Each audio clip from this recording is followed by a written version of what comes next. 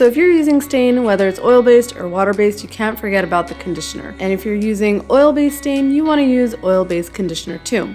The only problem with that is that I found that in a lot of my projects, whenever I used oil-based conditioner, it sort of brought out this really ugly orangey color in the wood.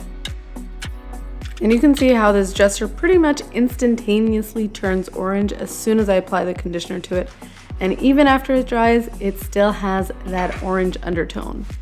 So to cover up that orange undertone, I find myself having to use darker and darker stains, and then my project basically looks nothing like what I envisioned.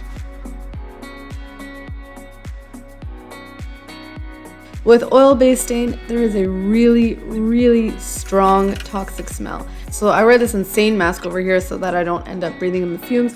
And of course, you have to work in a well-ventilated area. So normally I would do this outside, but it was minus 15 degrees outside that day. So I had the garage cracked open a little bit. And then when I wasn't in the room, when everything was drying, I had opened it fully so that the room could actually air out. But let me just say, wearing this mask while working on a big project, not exactly comfortable. And there's the cleanup. So you see all these rags over here? If you're using oil-based stain, you can't just throw them out.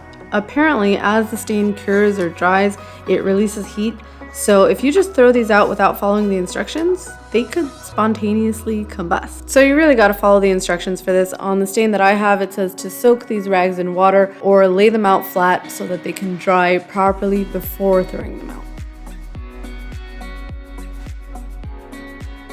And I know it's not a big deal and you can easily follow the instructions, but honestly, why even have to go through it if you can just use water-based stain?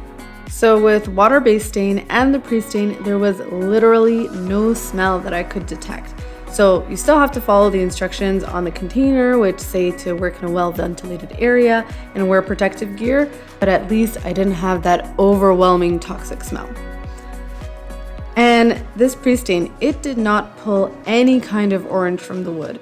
It looks a little darker when it's wet, but when it's dry, there is no orange. It basically looks exactly like it did before I added the pre-stain. So here's what it looked like before the pre-stain, and here's what it looked like after the pre-stain dried. No more orangey mess. So it's a lot easier to get the color that you're looking for on the finished product if you don't have to worry about hiding those ugly orange tones.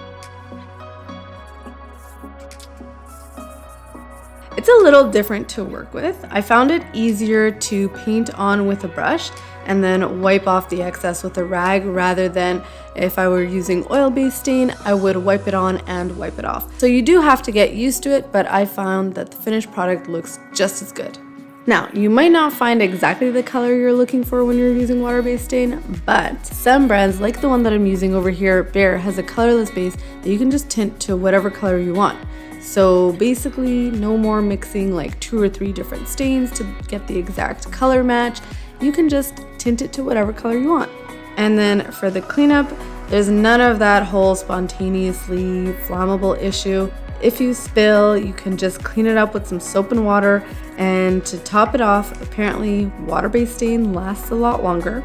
So I don't know about you, but I'm definitely sticking to water-based stain from now on.